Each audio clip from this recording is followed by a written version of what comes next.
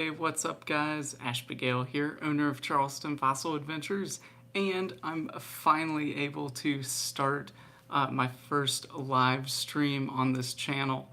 It didn't exactly go as I had planned. I had originally intended to start this actually in the field, in a stream with fossils that are, 75 million years old, and having you right there with me finding them in real time. But even though the reception was never really good at any point that I was out there in the stream, I've got a treat for you. And those of you that were with me at the beginning of the pandemic might remember when I did the weekly live streams of searching through the gravel or the shark tooth sand. Well, what I was able to do is I collected this gravel while I was out west.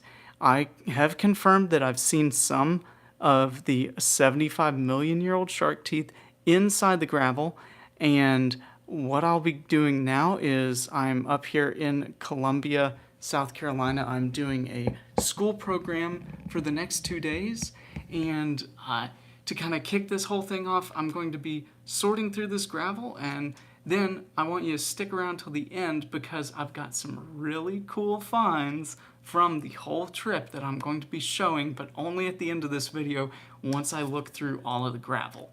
So I'm going to be talking a little bit about it as I find it. So if you do have any questions, please drop them down in the chat and I will answer them as they pop up.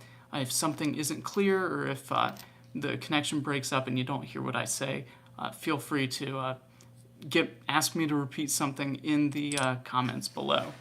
So with that, I'm going to get you positioned here. I'm going to flip the camera around.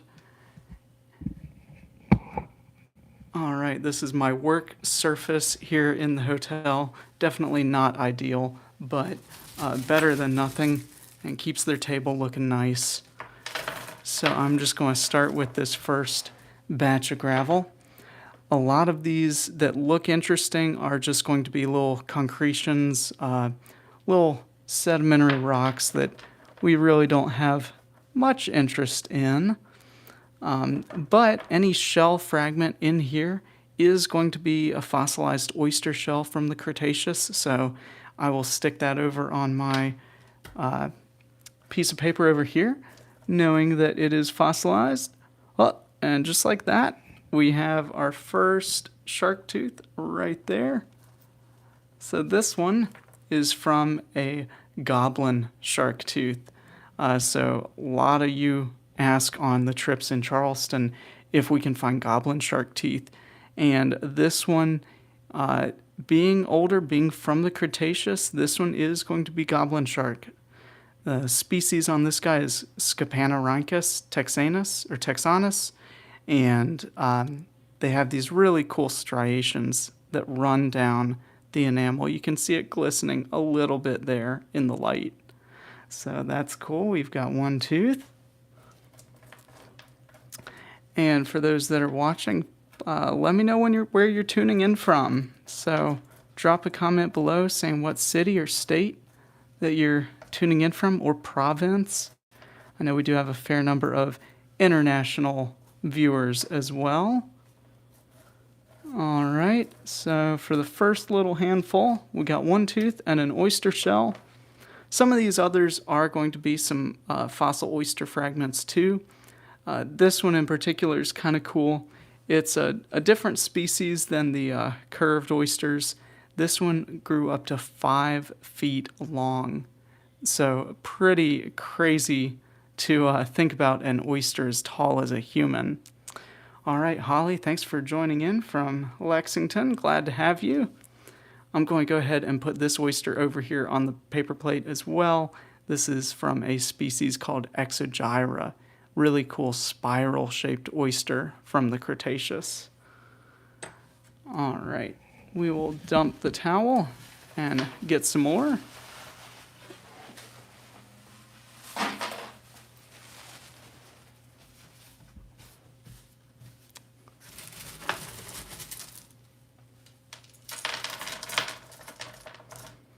All right.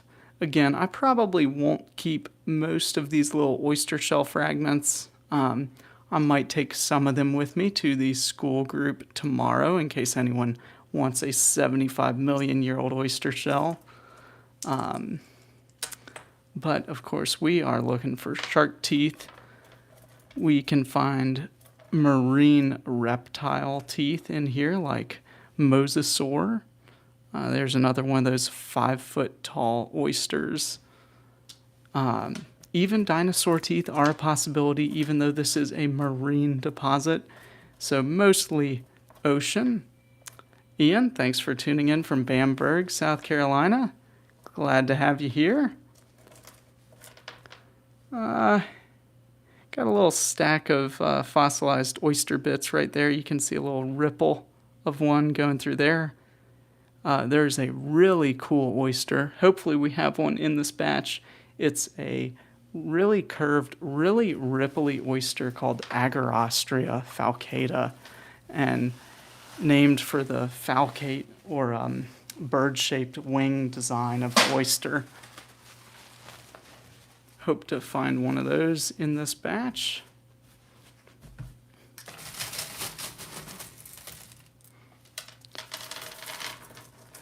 I will have 2 videos coming out with footage from a couple of the sites that I went to with my dad out west. All right, we got an international watcher, Julia, tuning in from Canada. Thanks for commenting. Thanks for coming by. And we got our first complete shark tooth. That one, very nice example from that goblin shark. Again, Scapanorhynchus. Got some lightning strikes on it there from plant roots. Little light discoloration. Neat to have that there. And some nice lateral cusplets as well. Very similar tooth shape that we are used to seeing in the Cenozoic era of Charleston. That long, slender tooth design, of course, being exceptionally good at grabbing fish and other small, slimy prey. We can also get some steinkerns in this Cretaceous material, so that internal cast of any object, really. I found some ammonite steinkerns out there, so that prehistoric kind of looks like a nautilus spiraled shape fossil. And of course, clam and snail steinkerns are also possible.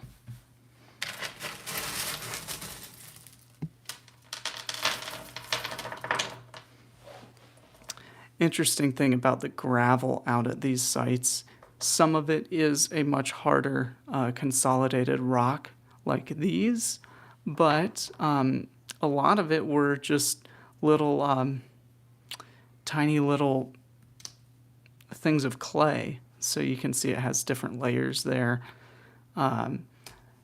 You kind of wanted to get a good mixture of the harder gravel and the clay whenever you're out at these sites.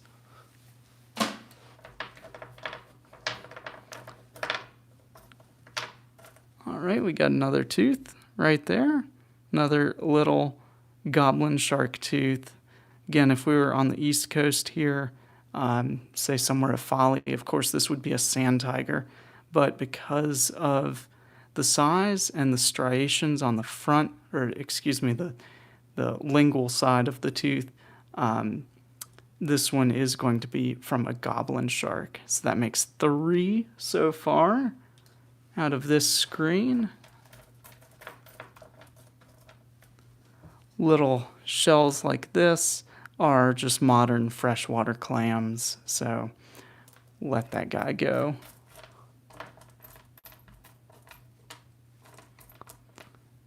Couple other little fossil oyster bits right there. Again, take those to the school group I'm visiting tomorrow.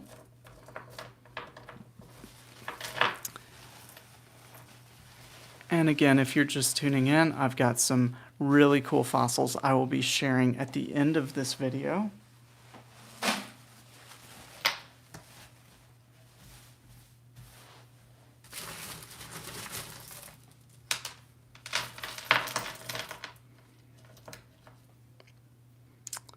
Lots of larger rock fragments here.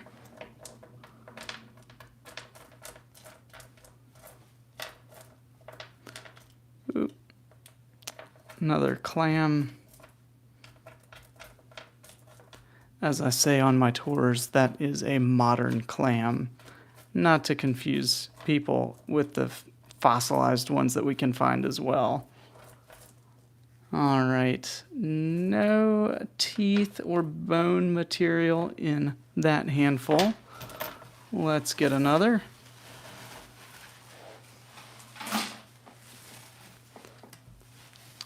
Hopefully the janitors here don't mind a trash can full of rocks.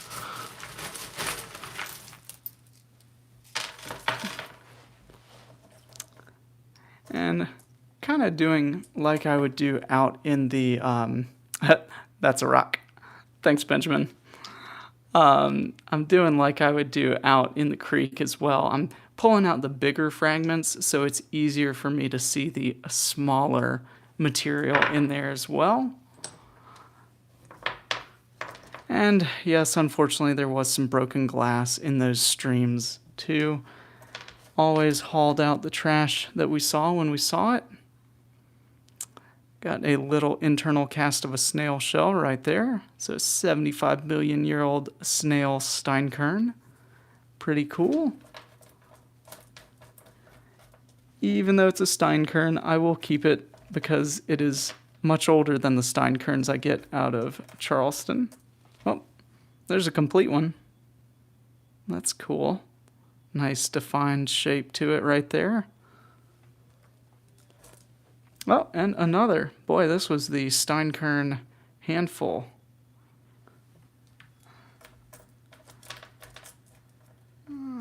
Most of the bone and tooth material at these sites was a darker black or chocolatey brown. So it is pretty easy to look through a handful at a time on a white paper towel, that's for sure. All right.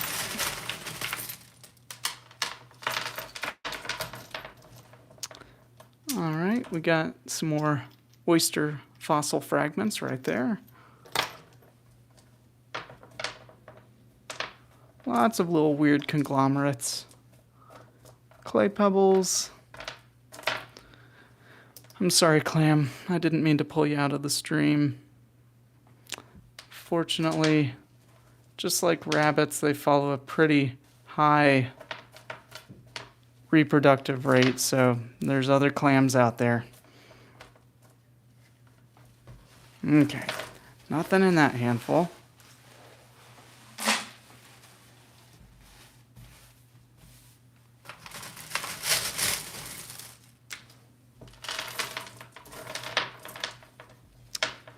Alright, and again, do stick around till the end because I've got some pretty cool stuff just out of view that I'll be sharing once I'm through all of this gravel. May or may not have a dinosaur tooth to show you that I found too, so pretty cool stuff. That one is one of those tricky dark rocks. We didn't really have phosphate at these sites, like so many of our clients are used to finding on our trips, but there were certainly a fair number of darker pebbles that could still confuse us. There's half of a clam steinkern.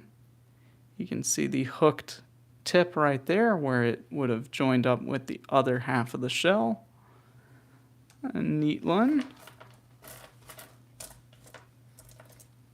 Still no more teeth in that one. Oh, shoot, I'm sorry. I just about threw this thing away and it flipped off the towel. That is a lower tooth from Cretalamna. This is a genus of sharks that is the precursor to Megalodon. So this is like his great-great-great-great-great-grandfather. And you can see he had cusplets on the side of the tooth.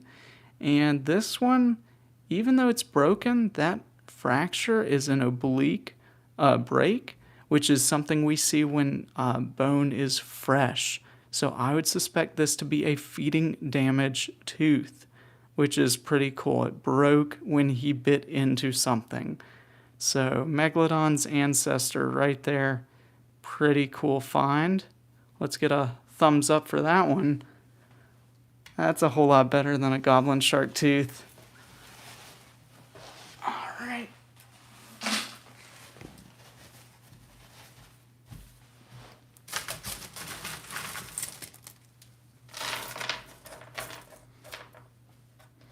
Some more fossil oyster bits.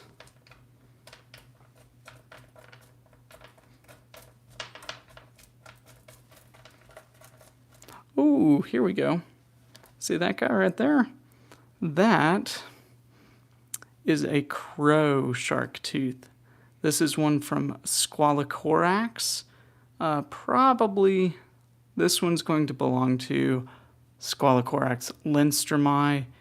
It could be a smaller Squalocorax pristodonus, but either way, it is a crow shark tooth. Yes, thanks for watching, Jesse. It is an awesome tooth. I love finding these guys. They are some of my favorite from the Cretaceous to find. Unique thing about them. So if we look at a tooth that some of you would be more familiar with, let's say a sand tiger-like tooth, like this goblin shark. The side where the tooth is curved and it's raised up on the root, that is called the lingual side. So for a crow shark, that would be this side. You can see in lateral view, it does hump up there a bit on the side, just like this guy.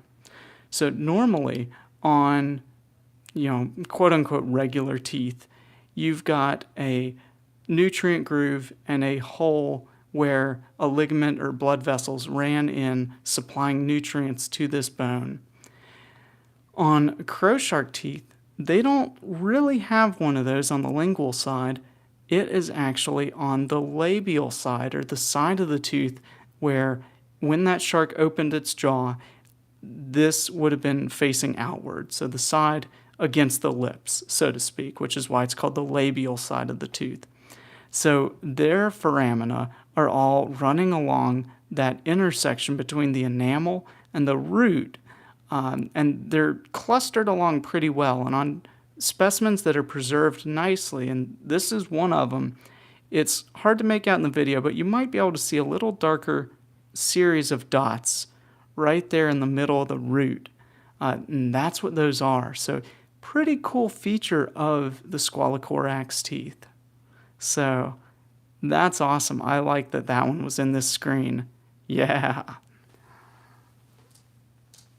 So we've got 3 shark species so far. Good number of oysters. We can find ray teeth in this material as well. They're going to be very similar to the rhinopterid rays of today, so things like the cow nose and then the myliabatid or the eagle rays.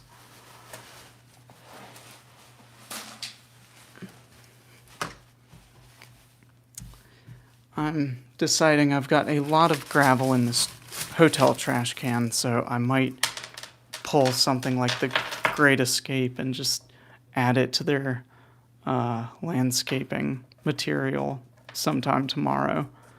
I feel bad leaving it in this trash can. Let's see. This is definitely much more careful searching on a towel than I would be doing in the stream.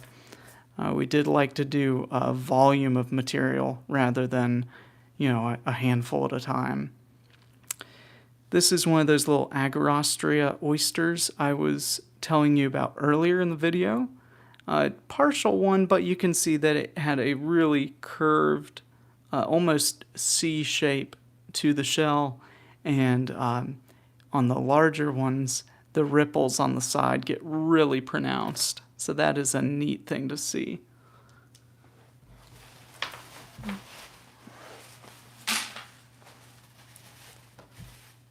All right.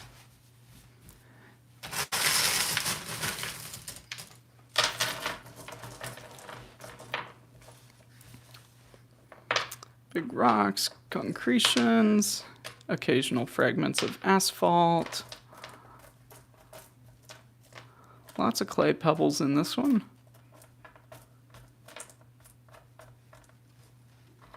And in some spots, it was worth looking at these clay blocks a little more closely because you can actually find fossils embedded in them.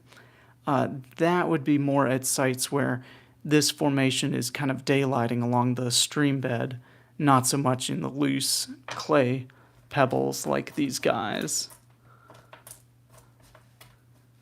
Yeah, no fish or shark teeth in that one.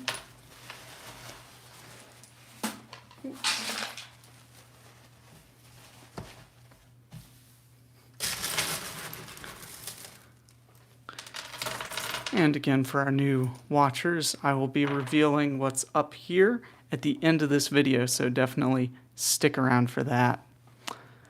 All right, we got a treat. I see 3 fossils. That's 3 fossils in this view. Give you a second to try and find them. Center it a bit more there for you. All right, yep. Benjamin sees a tooth. That tooth is touching another tooth, and then another tooth belongs to a fish. So it doesn't look like a shark tooth, but it kind of does. So the obvious one is this guy. That is another goblin shark tooth. You can really see those striations along the side of this one. Pretty cool. All right, we're up to 4 goblin shark teeth. Right behind him was another one. Can't plant that. That just plopped out right against the other one. Another really nice goblin shark tooth. This one from the side of the jaw, so a lateral tooth. Very nice condition. Got double cusplets on the side of that. All right. And then that fish tooth is this one right here. This belongs to a fish called Ancotis. They had these really long dagger-shaped teeth. Had a little bit of shiny enameloid along the outer surface, and then 2 cutting surfaces on that side right there, and then that side right there. Pretty cool teeth to find, and they can get much bigger. I mean, they can really get large. So that's a great find. All right. This is a good handful. Got a little oyster there again. Take that to the school. I know oysters aren't as sexy as shark teeth, but I think someone would still find it pretty neat. It is 75 million years old, so it's not just something you go to the oyster roast and eat. All right. That was a good handful.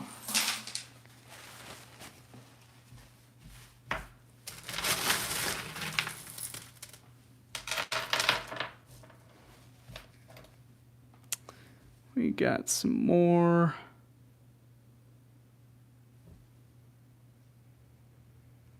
I don't know what that is. That's kind of bizarre. I'll save that and look at it in more detail later. Got another oyster.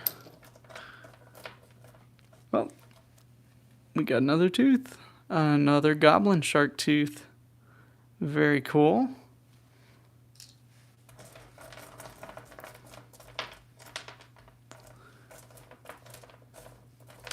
And that's it for that one.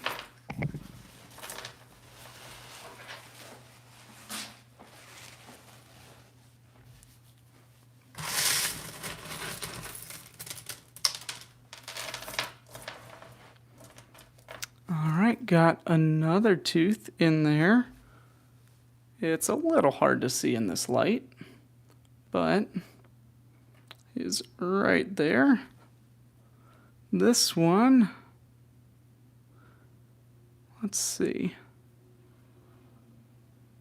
This one is a little tricky for me because I'm not as well practiced in the Cretaceous, but I believe this one is going to be from Ceratolamna serrata.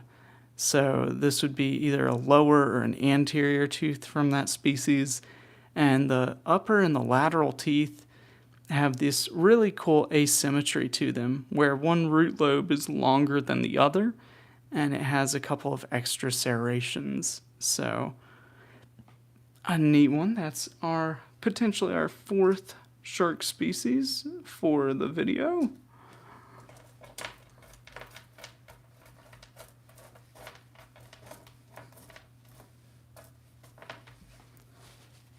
All right.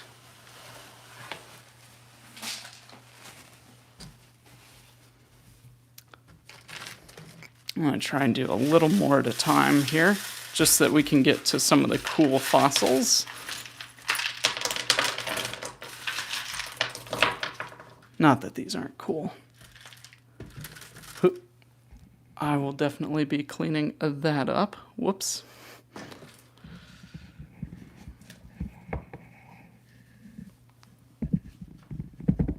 All right. Let's see. More asphalt. Some more oyster chunks right there.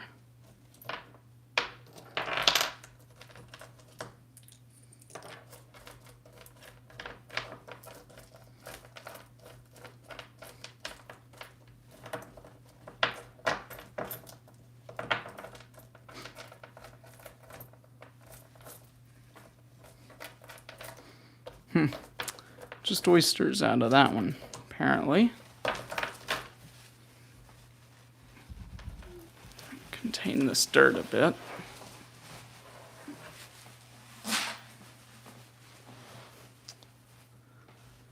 This gravel traveled a few hundred miles to get thrown away in South Carolina.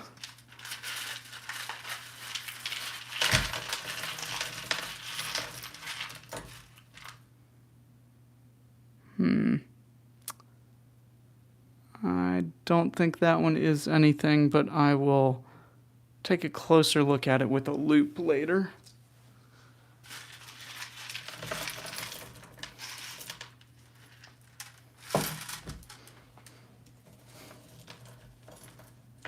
All right.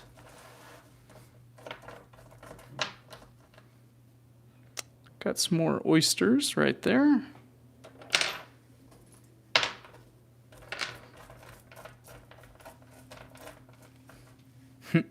Another steinkern from the Cretaceous. Do any of my viewers remember what steinkern means or the language of origin? If you do, drop it down in the comments. It is a pretty fun word, and you know, if you've seen some of my videos or been on a tour, that it is a word whose etymology I enjoy sharing.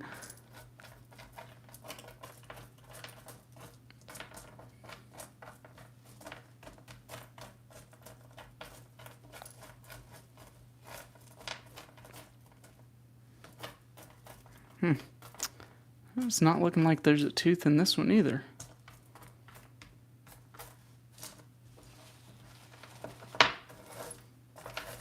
Double check, but I don't think there was.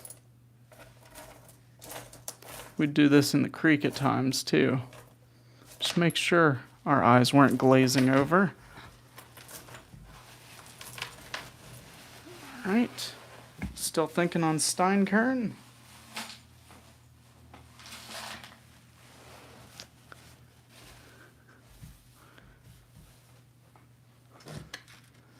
All right. This will be the last of the gravel, and then we will look at the cool fossils.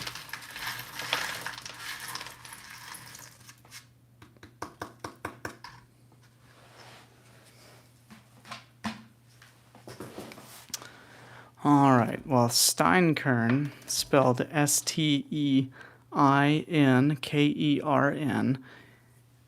means stone inside, and it is from the Dutch. So it is the internal cast of a shell, and it's where the shell itself was not preserved, but sediment filled it, and the shell dissolves away, but the sediment was able to lithify and provide us that internal copy or internal cast of whatever it filled. So it can happen to snails, it can happen to clams, it can happen to ammonites. If it happens inside the skull of an animal, it's called an endocast, and we can get that in dolphins. So I'm always keeping my eye out for some dolphin skull endocasts. Not German. I see Jesse asked if it was Germanic. I always thought it was German, and I had some German clients once, and they were from Germany visiting the U.S. Asked them if it was German, and they said Stein is stone, but they didn't understand what Kern was. Well, a couple years later, I had some clients visiting from the Netherlands, and I asked them, I said, do you know the origin of steinkern? And they said, oh, easy, it's stone inside. And they thought it was really quite funny that the German didn't know the etymology of that word. So that one is a fun one for me. Now this guy, he might be bone.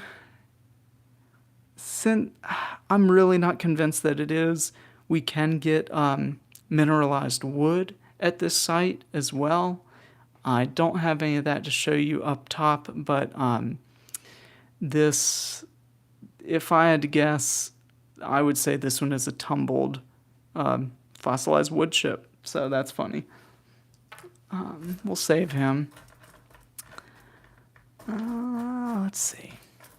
Now, a lot of the wood at these sites is not very well mineralized, and it is riddled with iron pyrite, so fool's gold. And any museum conservator knows that pyrite is the enemy of preservation. It will, for lack of a better word, it blows up.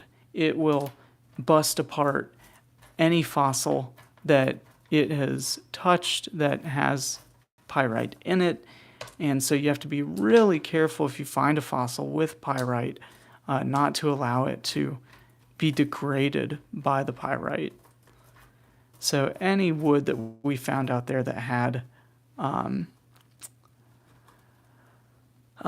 pyrite on it, we would just leave, because I've tried to preserve it before and it just never works. This one, while it looks really cool, looks like it could be a jawbone or something, this one is going to unfortunately be man-made. Man-made rock. It's slag.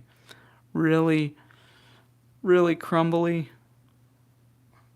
Of course, now it won't, now that I want it to. But there's air bubbles in it. It's very light. It's just where they skim the impurities off of metal in the smelting process. All right, we're almost to revealing some of the amazing fossils from my trip.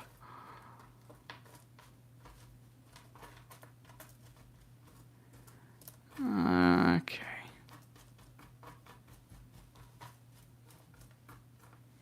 All right, we got another tooth right there.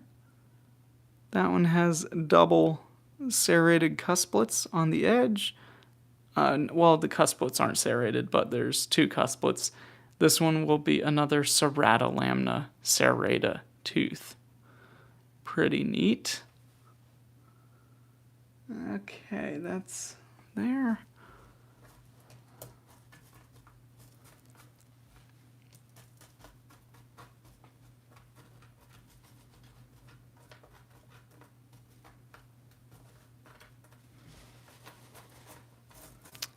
Yep, I think that does it for this screen. So let me show you the total take. All right, I pulled out, let's see, 1, 2, 3, 4, 5, 6 goblin shark teeth. We found one crow shark squalocorax tooth, a precursor to megalodon, so cretalamna, 2 ceratolamna teeth. We've got 3 snail steinkerns and 2 clam steinkerns. This weirdo, I don't know what that is. Probably a rock, but we'll see. I got some mineralized wood, a fish tooth from Encotis, another, I don't know, need to look at later, a little Agarostria falcata shell, and a whole pile of oyster shells, and then a couple of sections of the Inoceramus 5-foot tall oyster. I mean, I still can't get over the fact that I looked this one up on the internet. Inoceeramus, Inoceramus, and you'll see a picture of someone standing next to one, and it's ridiculous. Very crazy shell. All right, now as promised, we've got some cool stuff in the back. So I'm going to pull this up. All right, trash can is full of gravel now. And what kind of cool stuff did I find in Mississippi? We have got an arrowhead right here. So that is a pretty cool find right there. Neat to have found a complete one like this. I was pretty stoked with that find. Let's see, I will show you some of these. There's another goblin shark tooth right there. It came straight out of the formation. There's a cretalamna tooth, so that precursor to megalodon. Got an upper and a lower tooth from that species. A couple more of the really nice squalocorax or crow shark teeth. A really pretty one right there. Just gorgeous coloration on it.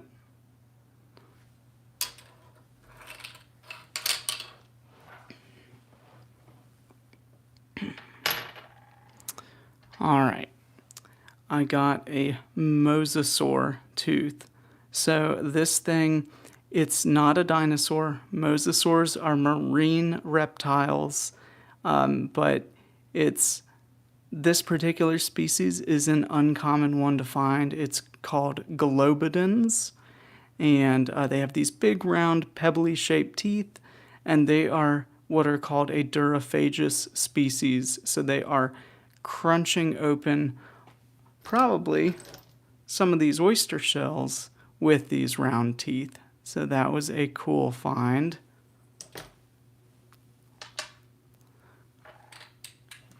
Got a few more species of teeth right here. Got Archaeolamna, really neat one. Let's see, another Cretalamna, precursor to Megalodon. And then these 5 are really cool. These are from Pseudocorax, so they kind of look like the crow shark teeth, but they are not quite there. And these are really small, but these particular ones, especially these, are pretty large for this species. And all 5 of these I found the same day, and they're perfect. Really, really excited to have found those. All right. Here is a nice big example of those goblin shark teeth, showing off the striations on the lingual side of the enamel really well. It's sad because this one came directly out of the formation. I found it complete, and then between finding and getting it back to the Airbnb, the tip broke off. But I have some museum grade glue and consolidant with me, and fortunately I was able to piece it back together.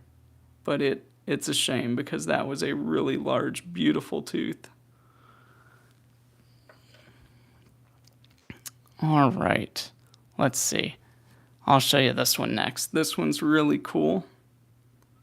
That is a shark coprolite, or a fossilized shark poop.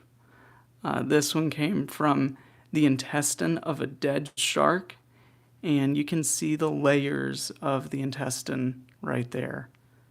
Really incredible find. I was really thrilled to have found that one. Different style of intestine that we see compared to the ones that, here in Charleston. Okay, let's see. Next up, another marine reptile. This one, I know it doesn't look like much, but this one is most likely a plesiosaur tooth. The pop culture reference for this guy is the Loch Ness Monster. So if confirmed, and I'm going to try and confirm this with a dinosaur specialist at the College of Charleston, it could be my first plesiosaur tooth if that is indeed what this one belongs to. So that would be a cool find. Now, I promised you a dinosaur tooth, and there it is. This is a tooth from a hadrosaur. Now again, hadrosaurs are the duck-billed dinosaur, and you can look up a picture of a hadrosaur tooth and you'll see it looks, this is just the surface of the tooth, and they actually would have been chewing with the top of the tooth up here. This is my second hadrosaur and second dinosaur tooth, or dinosaur fossil, that I have ever found. So I was very happy with this one. All right. Next, I will show you the incredible mosasaur tooth that I found. This one, when I saw it in the screen, I saw that, and I thought it was a fish vertebra, but that is far from a vertebra. This is a freaking mosasaur tooth, and it's the biggest one I've ever found, and to me it's perfect. It is just absolutely gorgeous. And I found that the same day as the Globidens tooth right there.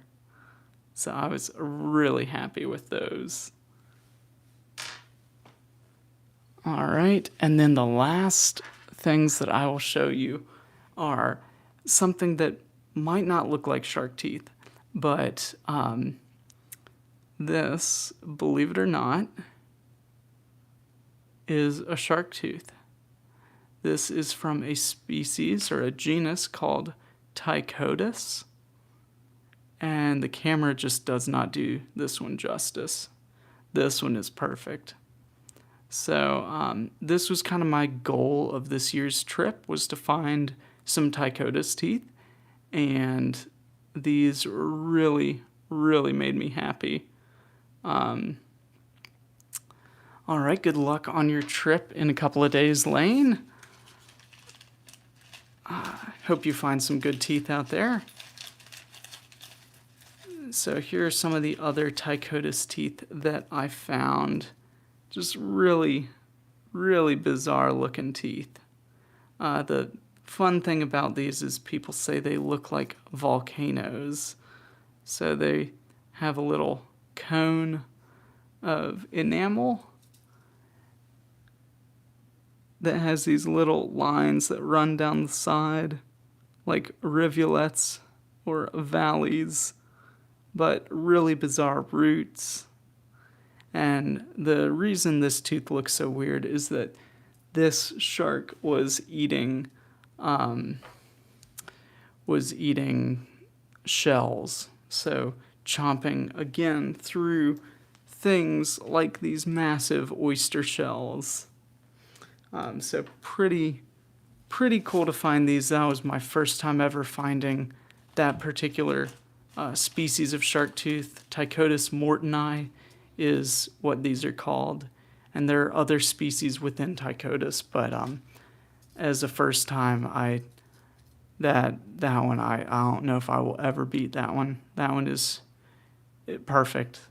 But I really enjoyed that trip. I went out there with my dad, and I've got 2 videos coming out with finding that. You'll get to see how I found this one and watch it reveal as I flip it over.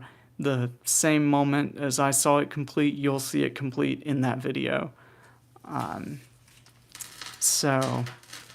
Let's see. Lane had a question about looking for shark teeth.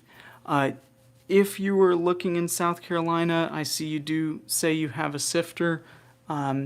Just be sure you are in a ditch and you're outside the municipal limits of Somerville, because anywhere else you're not allowed to dig and screen. Perfect. Venice, Florida, that's great. I'm sure you have your Florida fossil permit, and if you're picking up shark teeth, you don't even need that. So best of luck on that trip. Let's see, for me, I am glad that a lot of you tuned in today and enjoyed seeing all of this as I found it in real time. I know it's not quite like finding it in the creek, but we still got dirty, left a mess on the table, and found pretty good pile of stuff. I'm able to show it to you at the end a whole lot better than I would have if I was in the creek. So with that, I need to get some rest for my school group tomorrow, so I hope you enjoyed this. Thanks for the support, Lane. I will have the other 2 videos about my trip out west, probably published a week or 2 after Thanksgiving, because I've got a lot on the docket in the next few weeks. But thanks for watching, Spencer, and everyone else, thanks as well, and we'll see you on the next video. Happy hunting, y'all.